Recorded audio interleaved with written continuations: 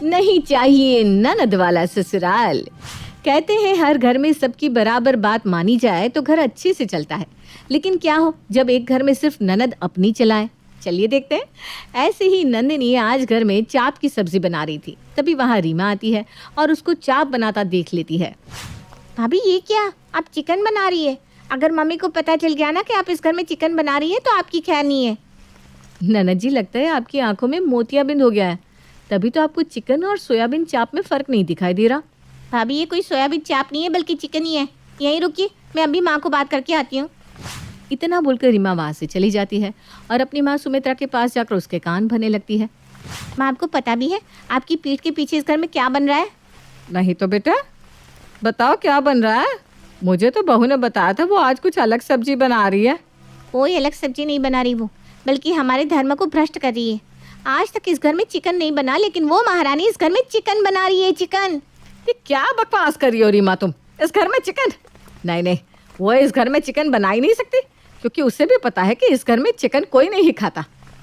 अरे माँ, इस घर में कोई नहीं खाता, लेकिन वो तो खाती है ना। तुम कहना क्या चाहती हो कि नंदिनी घर में चिकन बना रही है? नहीं तो क्या। अगर आपको मेरी बात पर विश्वास नहीं है तो चलकर खुद किचन में देख लीजिए।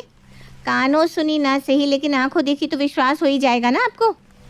रीमा की बात सुनकर सुमित्रा किचन में जाती है, जहां वो चाप को फ्राई होता देख अपनी बहू से कहती है, नंदिनी ये क्या बना रही हो तुम? क्या बना रही हो माँ जी? चाप की सब्जी है और क्या। और वैसे भी मैंने आपको बताया तो था आज मैं कुछ अलग बनाऊंगी। हाँ, तुमने कहा था तुम कुछ अलग बनाओगी, लेकिन तुम चिकन बनाओगी ये मुझे नहीं पता था। चिकन? चिकन कौन बना रहा है माँ जी? और आपको ये बात कही किसने कि मैं इस घर में चिकन बना रही हूँ? मुझे बहुत अच्छे से पता है कि घर में कोई चिकन नहीं खाता, तो मैं इस घर में चिकन क्यों बनाऊंगी? रीमा ने बताया कि तुम चिकन बना रही हो। अच्छा तो ये बात है। मम्मी जी, मैं चाप की सब्ज़ी बना रही हूँ और ये सोयाबीन चाप है। सोयाबीन? हाँ, सोयाबीन चाप दिखता चिकन की तरह होता है, लेकिन वो चिकन नहीं होता, वो प्योर वेज होता है। अगर आपको मेरी बात पर विश्वास नहीं है तो आप गूगल कर सकती हैं, या फिर आप अपने बेटे अनुराग को फ़ोन करके पूछ सकती हैं। नंदिनी की ऐसी बातें सुनकर सुमित्रा रीमा को बुलाती है और उसके ऊपर गुस्सा करने लगती है। रीमा, ये क्या बेहूदगी है? जब तुम्हें पता है कि ये चाप सोयाबीन का होता है तो तुमने मुझे ये क्यों कहा कि तुम्हारी भाभी चिकन बना रही है? वो माँ, मैंने ना सही से देखा नहीं था। हो सकता है मेरे सही से ना देखने पर मुझे कोई गलतफहमी हो गई हो। रहने दीजिए माँ जी, ननद जी से तो हमेशा गलतियाँ होती ही रहती हैं, इसलिए मुझे ना आदत हो गई है, और यही वजह है कि मैं ननद जी की बात का बुरा नहीं मानती। आप डाइनिंग टेबल पर इंतज़ार कीजिए, मैं अभी थोड़ी देर में खाना लगाती हूँ। नंदिनी की बात सुनकर रीमा और सुमित्रा दोनों ही डाइनिंग टेबल पर चली जाती हैं और कुछ देर बाद नंदिनी अपनी सास और ननद के लिए खाना लगाती है। खाना खाने के बाद अब सब लोग अपने अपने कमरे में चले जाते हैं। देर रात अनुराग घर आता है। अनुराग को देख नंदिनी उसके लिए खाना लगाती है और कुछ देर बाद वो कहती है, अनुराग जी, हमारी टीवी बहुत ज़्यादा पुरानी हो चुकी है, कभी कभी तो हमारी टीवी चलते हुए ही बंद पड़ जाती है, क्यों ना हम एक अच्छी डिजिटल टीवी ले लें।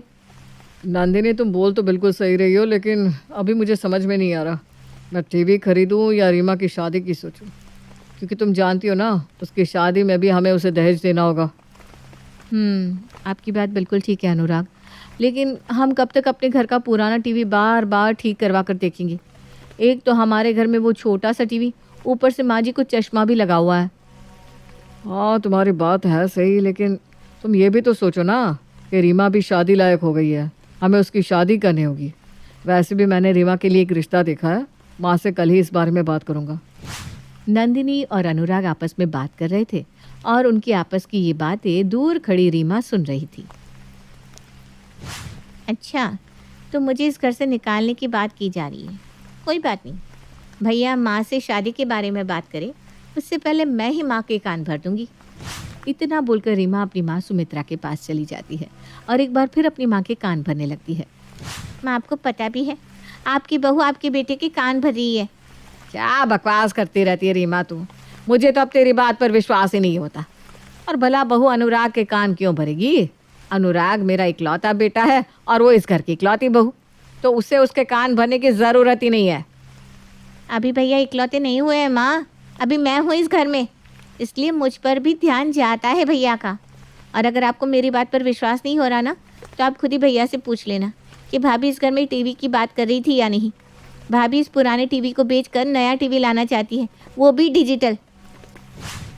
उस दिन की बात से सुमित्रा रीमा की बात पर विश्वास नहीं करती थी। वो उसे अपने कमरे में जाने के लिए बोल देती है। अगले दिन अनुराग अपनी माँ से रीमा की शादी की बात करता है। माँ, मैं यहाँ आपसे कुछ ज़रूरी बात करने आया हूँ। हाँ बेटा, बता क्या बात है। माँ, अब रीमा बड़ी हो गई है, समय के साथ उसकी उम्र भी बढ़ती जा रही है, इसलिए मैंने उसके लिए एक बहुत ही अच्छे घर का रिश्ता देखा है। जैसे अपना छोटा सा घर है ना, वैसे ही वो घर भी है। एक भाई और 2 बहन, पर लड़का बहुत अच्छा है, काफ़ी अच्छा कमाता है। एक बार आप देख लो, फिर मैं आगे बात करता हूँ। बेटा, मेरे देखने से क्या होगा, रहना और पसंद करना तो रीमा के ऊपर ही है ना। अब वो इस शादी के लिए हाँ करेगी तो ही तो शादी होगी। हाँ, तो ये फ़ोटो आप भी देख लो और रीमा को भी दिखा दो। लड़का बहुत अच्छा है माँ, कमाता भी बहुत अच्छा है, अच्छी फैमिली है, और मैं यकीन के साथ कह रहा हूँ कि रीमा इस लड़के के लिए मना नहीं करेगी। सुमित्रा अब लड़की की फ़ोटो दिखती है। सुमित्रा को रीमा के लिए वो लड़का पसंद आ जाता है। लेकिन जब सुमित्रा वो फ़ोटो लेकर रीमा के पास जाती है और उस लड़के का बायोडेटा उसे बताती है तो माँ, लड़का अच्छा है, अच्छा कमाता भी है, मुझे लड़का पसंद भी है, लेकिन मैं इस घर में शादी नहीं करूँगी। क्यों ननद जी, आप इस लड़के से शादी क्यों नहीं करना चाहती? क्योंकि इसकी 2 बहनें हैं। आप समझ रही हो भाभी, 2 ननद। मैं ननद वगैरह को नहीं झेल सकती। मैं उसी घर में जाऊंगी जिसमें इकलौता लड़का ही हो। रीमा, 5 उंगली एक बराबर नहीं होती। और क्या हुआ अगर उसकी 2 बहन है तो? अरे आज है कल नहीं है। भाभी, आपको पता नहीं है ननद कितनी तेज़ होती है। सास बहू के बीच जितनी भी बहस होती है ना, उन सबके बीच ननद का ही किया कराया होता है। इसका मतलब तो ये हुआ कि मेरे और नंदिनी के बीच में जितनी भी लड़ाई होती है उन सब की आग तू ही लगाती होगी। माँ, मैं ऐसी नहीं हूँ। मुझे क्या मिलेगा मेरे ही घर में आग लगाकर? हाँ, तो इस लड़की की बहन भी ऐसी नहीं होंगी।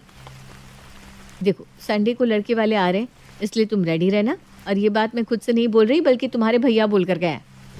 नंदिनी की बात सुनकर रीमा अपना मुंह बनाकर वहाँ से चली जाती है।